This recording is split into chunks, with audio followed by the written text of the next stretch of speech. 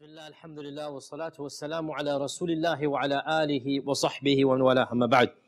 We're reciting Surah Al-Anbiya now, and it is a surah that basically, as the title says, the Surah Al-Anbiya is the surah pertaining to the prophets.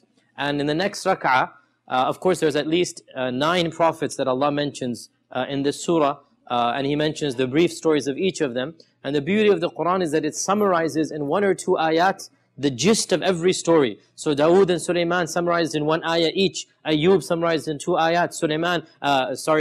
Dhannun summarized as well in 2 ayat. And so the next rak'ah, we're going to be mentioning the story of Dhunnun. Who is Dhunnun? Dhunnun is of course Yunus alayhi salam. And according to the strongest opinion, Dhunnun means the companion of the whale. Dhunnun means the companion of the whale. This is, Allah calls him the companion of the whale because obviously we all know the story of Yunus, that as Allah says in this surah, we're going to recite in the next rak'ah, وَذَنُّونِ إِذْ ذَهَبَ مُغَاضِبًا. Remember the story of the companion of the whale when he went away angry. When did he go away angry? He was angry, astaghfirullah, not at Allah, at his people. He was angry at his people. إِذْ ذَهَبَ مُغَاضِبًا. He got angry at his people. He got irritated at his people. He thought, khalas, they're never going to accept Islam. We don't know the details of how long he preached. Unlike Nuh, 950 years. Yunus got irritated after some years. We don't know how long. And he said, khalas, forget it. I'm not going to preach anymore. These people are obstinate and stubborn, and Allah is going to punish them. Now, the prophets of Allah are not allowed to leave da'wah until Allah tells them. That's why they're prophets. It's obligatory on them to preach. Dhannun basically gave up. And he said, these people are beyond hope, and Allah will punish them. So I quit my job basically. So إِذْ ذَهَبَ مُغَاضِبًا. He went away frustrated at his people. A lot of Muslims misunderstand he was frustrated at Allah. Astaghfirullah, this is kufr. He went away angry at his people. وَظَنَّ أَلَّا نَقَدِرَ عَلَيْهِ. And he thought that we would not punish him. This is the translation of the verse. He thought that we would not call him for hisab or for qadr, that why did you do this? He thought that he had an excuse, even though he knew better and he shouldn't have done this, right? And so Allah subhanahu wa ta'ala punished him for something like he punished our father Adam. This shows us that all the prophets are humans and they can do things that are not correct, and Allah gets rid of that sin in this world so that in the hereafter they are scot-free. So Allah subhanahu wa ta'ala called him to task, even though he thought Allah would not call him to task. And what happened, you all know the story, that he went away from the town thinking that, khalas, that's it, end of story, I'm not going to preach to them. And the thunderstorm came, and the boat was about to sink, and they did a lottery on the ship, and they said, this is the bad luck coming from him, let's throw him off board. And they threw him off of the ship, and Allah subhanahu wa ta'ala caused a massive whale, perhaps in our times, this blue whale that we see, Allah knows, but it was one of these massive creatures that swallowed Yunus alayhi salam, and then descended deep into the ocean. And he is in the depths of this slimy creature, imagine. And there's just a pocket of air in that stomach, right? I want you to imagine Yunus alayhi salam, how he must have been feeling now. He knows he's disobeyed Allah. He knows this is because of what he has done. And now where is he? Fi dhulumat. He is in the utter darkness. He's in the darkness of the whale, in the darkness of the depths of the ocean, because where the whale descends, there is no light at all. And he's in the darkness of the night, or on top of the shore, it's night. So he is in triple darkness. What dua comes from him? And this is the purpose of our khatira tonight, and to memorize this dua, and to talk about the blessings of this phrase. Imagine his pitiful situation. Imagine his desperation. Imagine how he's feeling. What comes from his heart? فَنَادَى فِي الظُّلُمَاتِ أَلَّا إِلَهَ إِلَّا أَنْتَ سُبْحَانَكَ إِنِّي كُنْتُ مِنَ الظَّالِمِينَ. La ilaha illallah. This is what he calls out. Subhanak. I was the one who made a mistake. So the phrase that saves him from the belly of the whale is a phrase that we take for granted. We consider it the most common dhikr. La ilaha illallah. We consider it the most trivial of all adhkar. But the fact of the matter is that this is the basis and the mother and the root of all other adhkar. Remember we said that all adhkar center around 4. Subhanallah walhamdulillah wa la ilaha illallah wallahu akbar. We've talked about subhanallah. We've talked about alhamdulillah when we did tafsir al-Fatiha. We talked about Allahu Akbar a little bit when we talked about how we pray. What is left now is la ilaha illallah. And it is really the central of all adhkar. La ilaha illallah its blessings go beyond even many talks. It is because of these 4 words, La ilaha illallah, that Allah created us. Allah says in the Quran, وَمَا خَلَقْتُ الْجِنَّ وَالْإِنسَ إِلَّا لِيَعْبُدُونَ. I've only created man and jinn in order that they perfect my worship. La ilaha illallah. It is because of La ilaha illallah that Allah has sent all of the prophets. Our Shaykh just recited in the last rak'ah that وَمَا أَرْسَلْنَا مِن قَبْلِكَ مِن رَسُولٍ. We have not sent before you any Rasul إِلَّا نُوحِ إِلَيْهِ أنه لا إله إلا أنا فاعبدون. That we have inspired him with لا إله إلا أنا, لا إله إلا الله. This is the basic message of all the prophets. And if you look at the Quran, Allah says that Shu'aib goes to his people and says, اعبدوا الله ما لكم من إله غيره. And Yunus goes to his people with the same message. And Sulaiman and Dawood and every single prophet. If you look in the Quran, Allah says they have this phrase, لا إله إلا الله. It is the phrase that because of which Allah sends all the prophets. It is the phrase because of which Allah reveals the books. Every book has been revealed. The primary message of it is La ilaha illallah. Surah An-Nahl verse 3, Allah says, يُنَزِّلُ الْمَلَائِكَةَ بِالرُّوحِ مِنْ أَمْرِهِ عَلَى مَنْ يَشَاءُ مِنْ عِبَادِهِ لِيُنذِرُ أَنَّهُ لَا إِلَهَ إِلَّا أَنَا فَاتَّقُونَ. That Allah sends the angel Jibreel down to his chosen messengers, i.e. the prophets, in order that Jibreel inspires them with La ilaha illa ana. So the books, the inspiration, the gist of it is La ilaha illallah. This phrase is the heaviest phrase you can ever utter in the scales. In a hadith in Mustadrak al-Hakim, Musa alayhi salam, our Prophet says, Musa alayhi salam asks Allah, "Oh Allah, teach me a dhikr that I can remember you by." He wants a private, exclusive dhikr. So Allah says, "Oh Musa, say La ilaha illallah." Musa says, "Ya Rabb, kullu ibadik yaqulun hadha." Oh my Lord, your whole creation is saying this. I want something unique. I want something extra special. So Musa says, this is too common. And this is the attitude many of us have as well. This is the most common dhikr.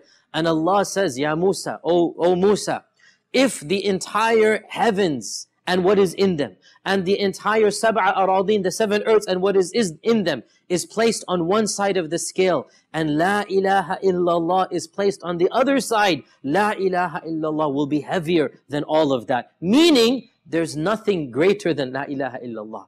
There's nothing greater than this phrase. And this is proven in so many ahadith. Hadith in Tirmidhi, our Prophet ﷺ said, أَفْضَلُ مَا قُلْتُ أَنَا وَالنَّبِيُّونَ مِنْ قَبْلِ. The best phrase I have ever said. I and all the prophets before me. SubhanAllah, all the prophets are being put and we are being told the best phrase human tongues have ever uttered is, memorize this, أشهد أن لا إله إلا الله وحده لا شريك له له الملك وله الحمد وهو على كل شيء قدير. This is the phrase, أشهد أن لا إله إلا الله وحده لا شريك له له الملك وله الحمد وهو على كل شيء قدير. This is the best phrase ever uttered by me and by all the prophets before me. La ilaha illallah is so heavy that it can forgive all of a person's sins. And this is mentioned in a hadith in Ibn Majah, which is called the hadith of the card, hadith al-bitaqa, in which it is mentioned that a man will come on the day of judgment and he will be a sinner who basically, the tafsir of it, he repented before his death. He repented before his death. And on the day of judgment, the angels will bring forth his scrolls of evil and good. And his evil sins will be 99 scrolls. 99 scrolls, each one of which is between the heavens and the earth, or between the east and the west. When the scrolls are pulled out, you cannot even see where it ends and where it begins. And he goes on, 1, 2, 3, 4, until 99. Allah asks him, are these your sins? He says, they are, O Allah. Allah says, do you have any complaint with the angels? Did they make a mistake? And he looks at them and he sees these are his sins. He says, no, they did a good job. They did their job. Oh Allah, this is mine. Allah says, do you have any excuse? And he thinks, and he cannot think of any excuse. And he says, no, I don't have an excuse. فَظَنَّ أَنَّهُ هَالِكِ. He thinks, khalas, he's gone. And then Allah says, do you have any good deeds to show? And the man thinks and thinks and thinks, and he didn't do a good deed. The scholars who interpret the hadith, they say he repented right before his death. And so that was his tawbah. But he couldn't think of a good deed he did. So he doesn't think of a good deed. So Allah says, no, the angels have recorded one good deed that you did. So he says, what, oh Allah? He doesn't even remember. So the angels bring forth a bitaqa, a card. And on that card, La ilaha illallah. Basically, he converted before his death. And he became a Muslim, and then the angel of death came and took his soul. So he has La ilaha illallah. So the person says, Ya Allah, what is the benefit of this card against the 99 scrolls? What's the point? I mean, these scrolls is long as the eye can see, and now this card comes. What's the fa'idah? So Allah says, today no injustice will be shown. وَمَنْ يَعْمَلْ مِثْقَالَ ذَرَّةٍ خَيْرًا يَرَى. Even an atom's weight of good will be shown, and this is your good that you've done. So the 99 will be placed on the left hand of the scale. When La ilaha illallah is placed on the right, it will be heavier than an entire lifetime of sins. And this shows us how powerful this one phrase is. But what does this phrase mean? Very quickly, La ilaha illallah. 4 words. 4 words. The four words are all composed of the same 3 letters, Alif, Lam, and Hamza. Alif, Lam, and Ha, excuse me. Right? Hamza, Lam, and Ha, which is basically Ilah. These are the 3 letters of the kalima. There are no more letters in the kalima. Alif, which is Hamza, and Lam, and Ha. La ilaha illallah. These 4 words, they translate as, there is no ilah other than Allah. So the central term is the term ilah. There is no ilah other than Allah. The meaning of ilah, Ibn Abbas says, ilah is an object that you venerate. Ilah is a being that you worship. Ilah is something that you show servitude, ubudiyyah to. So ilah in Arabic means ma'bud, that which you worship. So if we were to translate the kalima literally, La ilaha illallah, if we were to translate it to English literally, it becomes, there is nothing that is worshipped except for Allah. There's nothing that is worshipped except for Allah. But there's a problem with this translation, and that is that we didn't understand Arabic when we translated. Because there are plenty of things that are worshipped besides Allah. Jesus Christ is worshipped besides Allah. Idols are worshipped besides Allah. Sun, moon, stars are worshipped besides Allah. So there's something wrong with the translation. And it's wrong because we didn't understand Arabic. There's a missing, we call it in Arabic, khabar. Because the la of this kalima is a type of la, it is called la an-nafiya lil-jins. It's a type of la, it needs 2 things, ism and khabar. I don't want to get too complicated, but to summarize, there's a missing actor. That actor is not mentioned in the Arabic.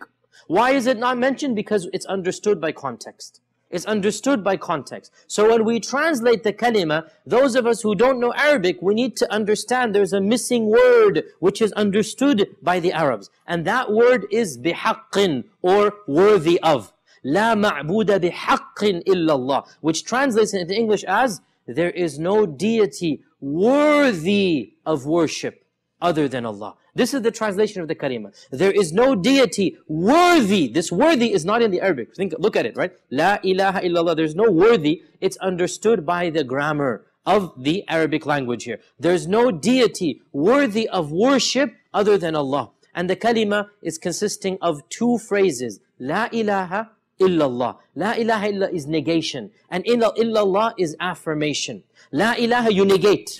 You wipe clean the paper, the slate, the board. La ilaha. I'm not going to worship anything. What is worship? Servitude, ubudiyyah. You take something and you consider this to be your God. What is a God? Something that you'll sacrifice everything for. So a God can be a false idol. It can be the sun and the moon. It can also be money. Because if you're going to sacrifice your life for your money has become a god. It can also be your desires. If you're going to live, in English we call it hedonistic life, i.e. you only care about your desires, then you have taken your desires as your God. أَفَرَأَيْتَ مَنِ اتَّخَذَ إِلَهَهُ هَوَاهُ. He has taken his hawa as his ilah. How? Because whatever he wants, he's going to do. He doesn't care what anybody says or thinks. So therefore, his God has become himself. His ilah has become his hawa. So a God isn't just an idol. A God is anything that you're going to sacrifice everything for. A God is something you lower yourself to. You will sacrifice your family, your wealth, everything to get this ultimate goal. And therefore, Allah is saying, La ilaha. I'm not going to venerate anything. You wipe it clean. Neither a false God, nor a Jesus Christ, nor a prophet, nor the sun, nor the moon, nor any even entity such as money, such as my ego, such as my pride, such as my kingdom. Fir'aun took his kingdom as his God, right? Fir'aun took his power as his God. That was his God. And he claimed, I am your Rabb. La ilaha means you wipe that away. I'm not going to do this to anything or anybody. And then you affirm, illallah. except for Allah subhanahu wa ta'ala. The only being whom I'm going to venerate, whom I'm going to worship, whom I'm going to take as my ultimate judge, whom I'm going to sacrifice everything for, that being is Allah. قُلْ إِنَّ صَلَاتِي وَنُسُكِي وَمَحْيَايَ وَمَمَاتِي لِلَّهِ رَبِّ الْعَالَمِينَ لَا شَرِيكَ لَهُ. Say, my prayer and my sacrifice, my life and my death, all of it will only be for Allah. This is the meaning of La ilaha illallah. And therefore, brothers and sisters, the more you perfect La ilaha illallah, the more you will conquer your desires. The more anything that causes you to be distracted from Allah will be gotten rid of. Because there is only one being that you completely submerge yourself to, and you completely give your life and heart and body and soul to, and that is Allah. Anytime something calls you away from that, this means your iman or your tawheed has been slightly affected. And if you begin to worship something besides Allah, then you have fallen into shirk. So the reason why La ilaha illallah is the most important of all dhikr is because Allah created us for this dhikr. It's because it is the basic message of all the prophets. It is because this is why the books have been revealed. Based on La ilaha illallah, people are divided into Muslim and non-Muslim. Whoever says it and believes it is a Muslim, whoever rejects it is not a Muslim. And our Prophet ﷺ said, whoever says La ilaha illallah sincerely from the heart, صادقا min qalbihi, that person will enter Jannah. So we pray that Allah subhanahu wa ta'ala makes us amongst the people of Tawheed, that He blesses us to say this dhikr regularly, frequently, sincerely, that He causes us to be like when Yunus alayhi salam said this dhikr, he was freed and he was saved. We also pray to Allah that whenever we are afflicted with any calamity and we say this phrase, La ilaha illa anta subhanak, inni kuntu min al-zalimin, that we too are freed. And we pray like our Prophet ﷺ said, Man kana akhira kalamihi لا إله إلا الله دخل الجنة اللهم اجعل آخر كلامنا في هذه الدنيا شهادة أن لا إله إلا الله. Our Prophet ﷺ said, whoever says La ilaha illallah as his last breath, as his last phrase, this person shall enter Jannah. May Allah make us amongst them. وجزاكم الله خيرا والسلام عليكم ورحمة الله وبركاته.